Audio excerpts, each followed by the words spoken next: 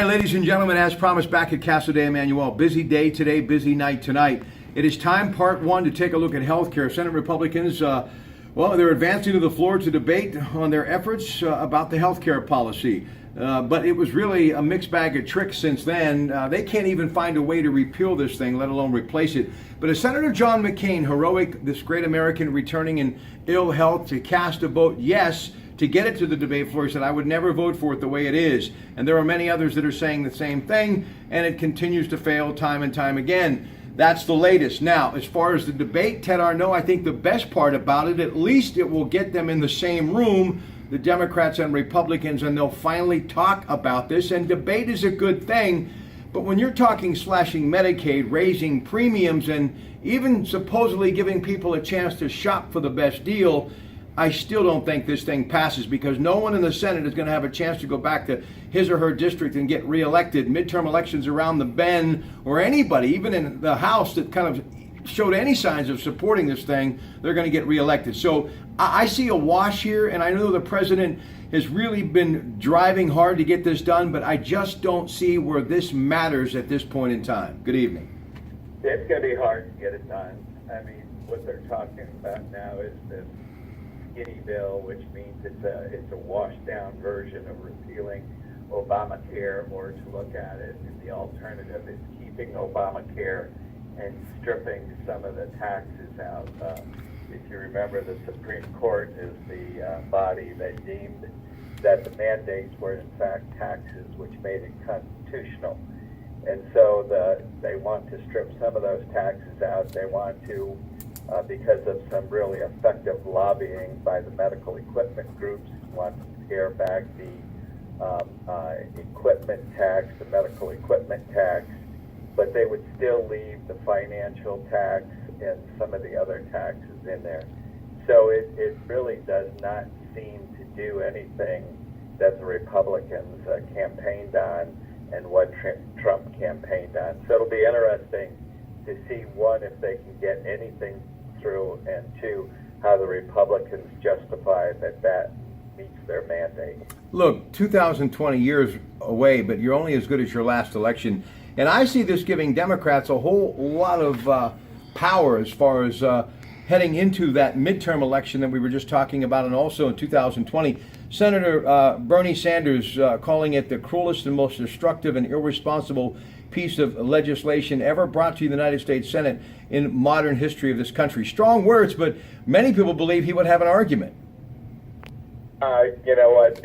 You have to really find out what they're going to come out with. Everybody's using all this hyperbole without really seeing what the bill has. And the unfortunate part for Republicans is that's the same complaint that the Tea Party had about Obamacare, that it was passed without anybody really knowing what was in it, and then about 1,500 pages later, everybody got to see it, and especially Nancy Pelosi with her famous quote that we have to pass it to see what's in it.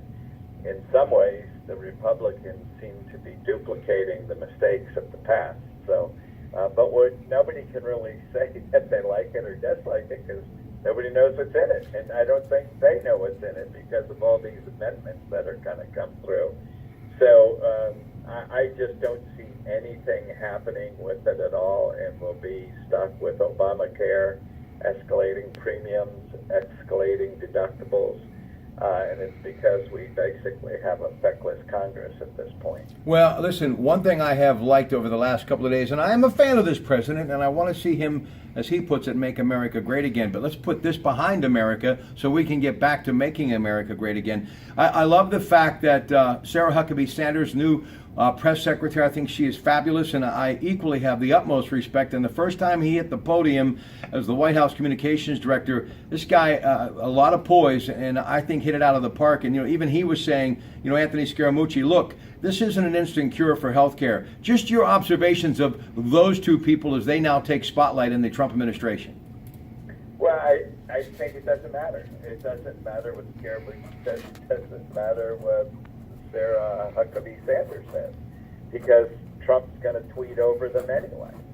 So as long as he is going and taking his case directly to the people, really it doesn't matter what they say. They become more or less administrative drones rather than anything else. And even Scaramucci, who's had a tremendous business career, he hasn't been involved in this level of activity. In business, you negotiate your deal, you keep negotiating until the deal's done, you document your deal, you renegotiate the documents, and then you're done. You either have a deal or you don't. This is an internal loop that never stops.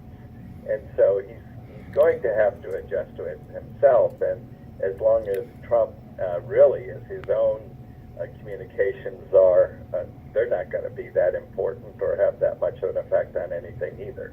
Listen, I had to stop off at a Walmart out in Calcutta to grab a pair of sandals before I came to work here tonight, and I was so impressed with the Wall of Honor, all of the local veterans and how they display them and their rank and their service, and I find that absolutely tremendous. But I just love big business, and business that trends and employs people, gives them good paying jobs with benefits. I'm all for it.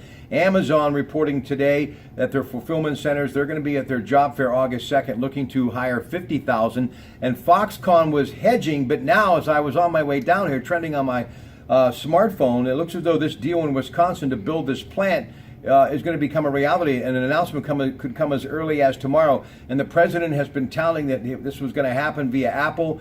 Talked to the Wall Street Journal about it the other day. And what Foxconn is, mainland China, they have tens of thousands of hundreds of thousands of people working for them, and they are the main component to building what goes into these iPhones, which is incredible. So bringing that across the Atlantic to this part of the world in Wisconsin, and if it could create a $7 billion investment in 50,000 jobs, Ted, that's the news that we want to hear. That's good business news that makes smart sense, and that's what you're hoping that the president can do more of.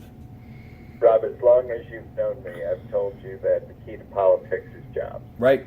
And as long as you're dealing with jobs, and if you would stop the nonsense and focus on bringing jobs in like he's doing, and tweeting more about that, and tweeting about how we can increase jobs by lowering taxes, increase jobs by repatriating the $3 trillion, $3 trillion with the T, dollars sitting offshore, in corporations' names because of our tax rate, then you're going to really just be talking about jobs, and this garbage has to stop.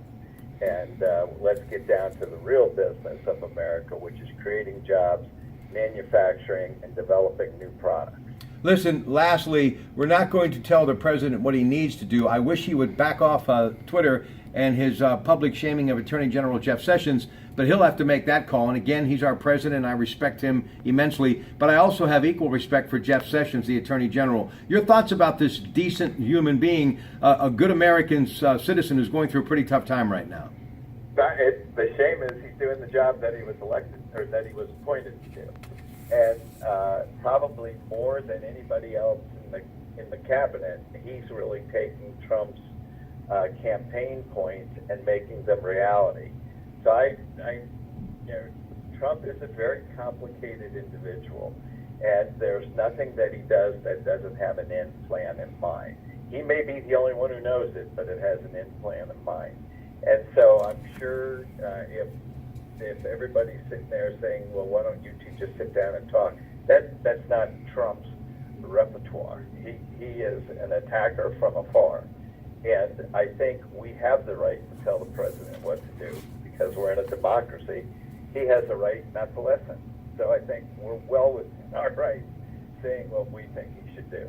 All right, listen, when we come back, we're going to talk Steelers football, but let me just give you a programming note. We'll be back here tomorrow night, folks. Yeah, it never stops, but we're so honored that Dr. Terry Madonna will be joining us tomorrow night to talk more about what Mr. Arnault got going tonight. So that's still to come tomorrow, but when we get back, Ted and I lock horns on what we love to talk about, the National Football League, as the Steelers camp and the NFL season is just days away. Back at Casa de Emmanuel, entertainment every Wednesday night. Don't forget Lou's Market Sunday. Incredible vendors, a wonderful atmosphere adjacent to their 460 Mulberry Street address in East Liverpool every Sunday through September from 11 until 5 p.m. We'll be right back.